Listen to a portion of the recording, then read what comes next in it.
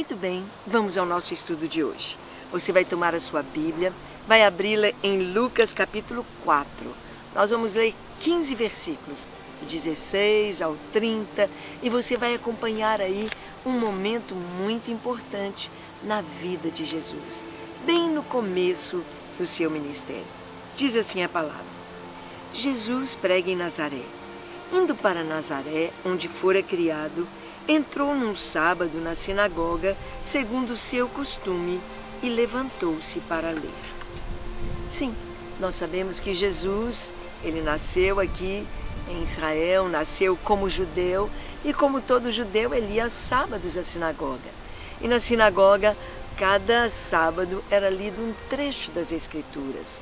O chefe da sinagoga, o que cuidava da sinagoga, escolhia as pessoas que haveriam de ler. E coube a Jesus ler aquele trecho naquele dia. Vamos ver o que Jesus leu. Então lhe deram um livro do profeta Isaías, e abrindo o livro, achou o lugar onde estava escrito: O Espírito do Senhor Deus está sobre mim, pelo que me ungiu para evangelizar os pobres, enviou-me para proclamar libertação aos cativos e restauração da vista aos cegos, para pôr em liberdade os oprimidos e apregoar o ano aceitável do Senhor. Está em Isaías capítulo 61, quando Jesus leu este texto, falando que o Espírito de Deus estava sobre ele. O Espírito de Deus estava sobre ele, ungiu para operar maravilhas, ungiu para abrir os olhos aos cegos, fazer os coxos, os paralíticos andarem, para mostrar que Deus estava no meio do seu povo, que Deus visitava o seu povo. E Jesus leu este texto e, tendo fechado o livro, devolveu ao assistente e sentou-se. E todos na sinagoga tinham os olhos fitos nele. Todos estavam prontos para ouvir o que ele iria explicar. Deveria haver uma explicação do texto, uma orientação, uma pregação da palavra. E todos estavam olhando para Jesus, assentado. Hoje nós pregamos de pé e as pessoas estão assentadas. Naquela época, o mestre assentava e os discípulos estavam de pé. E aqui Jesus fecha o livro, entregou ao assistente, assentou-se, e todos na sinagoga tinham os olhos fitos nele. Então passou Jesus a dizer-lhes: Hoje se cumpriu a escritura que acabais de ouvir. Como Jesus trouxe essa palavra de uma maneira tão enfática e tão real, hoje está se cumprindo essa escritura. O Espírito do Senhor Deus está sobre mim, me ungiu para curar, me ungiu para libertar, me ungiu para fazer a obra de Deus, libertar as pessoas dos seus pecados, das suas dificuldades, das suas enfermidades, da opressão do mal. Hoje se cumpriu essa escritura. Todos lhe davam testemunho e se maravilhavam das palavras de graça que lhes saíam dos lábios e perguntavam: Não é este o filho de José? Disse-lhes Jesus: Sem dúvida, citar-me-eis este provérbio: Médico, cura-te a ti mesmo. Tudo o que ouvimos ter se dado em Cafarnaum, faze-o também aqui na tua terra. Falaram isso para Jesus. Queremos ver o que você tem feito na Galileia, o que você tem feito em Cafarnaum, o que a fama do que tem chegado para nós, de ressurreição de mortos, de cura de leprosos, de paralíticos, andando. Queremos ver isso aqui. Médico, cura-te a ti mesmo. Olha o que Jesus disse. E prosseguiu: De fato, eu vos afirmo que nenhum profeta é bem recebido na sua própria terra. Na verdade vos digo que muitas viúvas havia em Israel no tempo de Elias, quando o céu se fechou por 3 anos e 6 meses, reinando grande fome em toda a terra. E a nenhuma delas foi Elias enviado, senão a uma viúva de Sarepta em Sidom. Jesus aqui está dizendo, olha, na época do profeta Elias, havia muitas viúvas, mas ele foi enviado exatamente a Sarepta. Havia viúvas em Israel.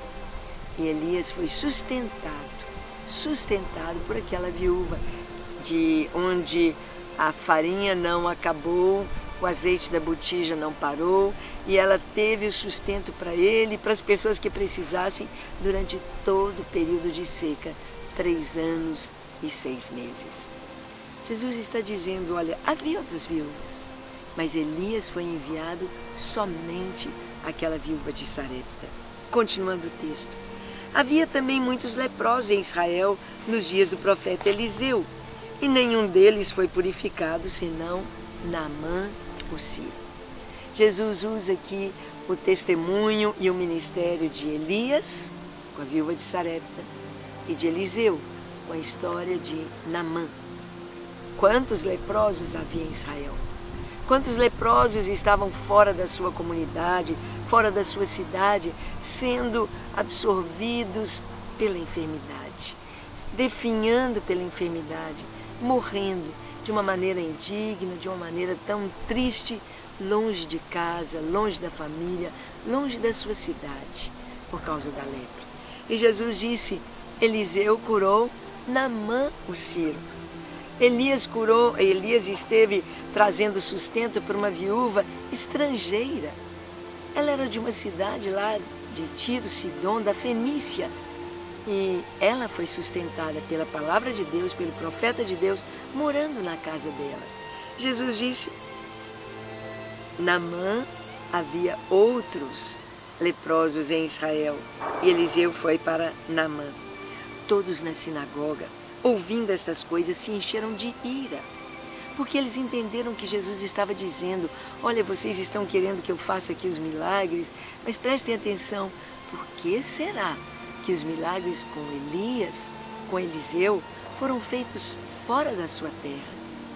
Por que será que Deus usou Eliseu para curar apenas Naamã, leproso, e com tantos leprosos aqui, a finalidade da vinda de Elias ou de Eliseu era apenas para trazer cura para as pessoas, ou eles tinham algo mais para trazer para o povo de Israel? Sim, Elias e Eliseu tinham uma mensagem muito importante para o seu povo. Elias traz o povo de volta. O povo estava adorando Baal, o povo estava servindo Baal, por causa de Jezabel, esposa de Acabe, que levaram o povo nesta direção, levaram o povo para a idolatria. E a mensagem principal de Elias não era apenas o sustento durante a seca, não era apenas um milagre acontecendo, como aconteceu com ele, de corvos trazerem pão e carne junto ao ribeiro de Querite, enquanto teve água ali naquele ribeiro. Não era apenas o sustento que Deus queria mostrar que ele podia dar, mas Deus queria ser o Deus de Israel.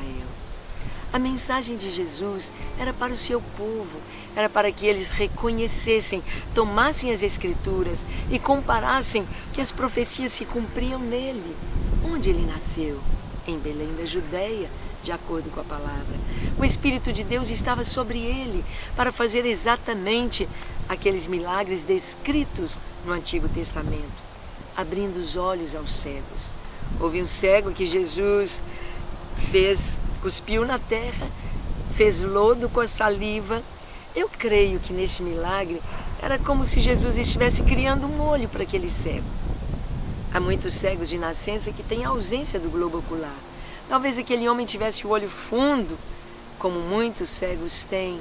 E Jesus então prepara aquela bolinha de terra, de lodo, e coloca ali no lugar e diz, vai ao tanque de Siloé e lava-te. E aquele homem vai, ele tinha mais de 40 anos, ele vai e se lava e volta vendo. E todos perguntam, este era aquele cego que pedia esmolas aqui? É ele? Uns diziam, olha, eu acho que sim. Outros, parece com ele. E ele testemunhou, sou eu. Mas Jesus viera para que o seu povo pudesse ver quem é Jesus. Ver que o Espírito de Deus estava sobre ele. Mas aqui em Nazaré, ele foi rejeitado. E levantando-se, expulsaram-no da cidade e o levaram até o cimo do monte, deste monte, onde estamos gravando este programa.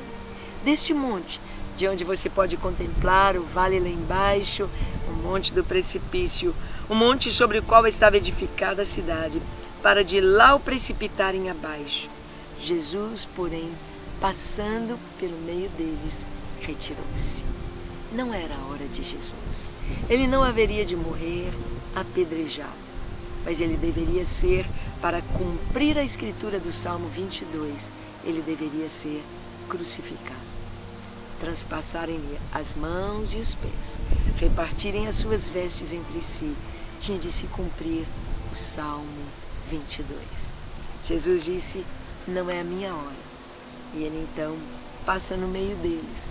Ninguém toca em Jesus. A sua hora. Olha quanto nós aprendemos que a verdadeira mensagem, o cerne da mensagem do Senhor é Ele mesmo, a presença dEle. Talvez você tenha buscado muitas bênçãos, mas a maior de todas as bênçãos é a própria presença do Senhor em nossas vidas, na sua vida. Vamos dar uma paradinha na viagem para ouvir um recadinho que eu gravei no Brasil. Viajar para Israel é viver o cumprimento das promessas e profecias bíblicas para os últimos dias. É fazer parte da história que Deus está escrevendo hoje. Viajar para Israel é receber no coração uma paixão pelos povos que ainda não conhecem Jesus.